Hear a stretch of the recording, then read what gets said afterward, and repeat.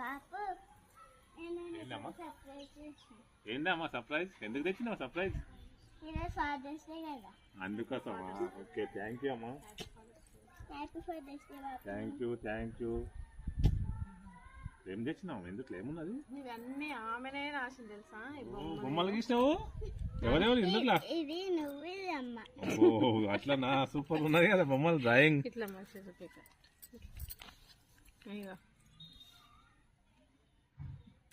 నేనే కలిసి వచ్చిన అమ్మ బాబు మంచిగా వచ్చింది. ఇక్కడ ఏం రాసినావమ్మా హ్యాపీ ఫాదర్స్ డేనా అనుకోని బాపు ఓ సూపర్ అమ్మా సూపర్ ఏం పెట్టినావు ఇంతకు ఇందులో గిఫ్ట్ ఏముంది సరే చూసు చూడు.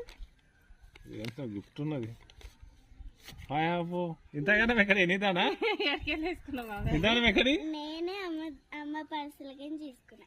మనుషులకి వెళ్ళి తీస్తారా అన్న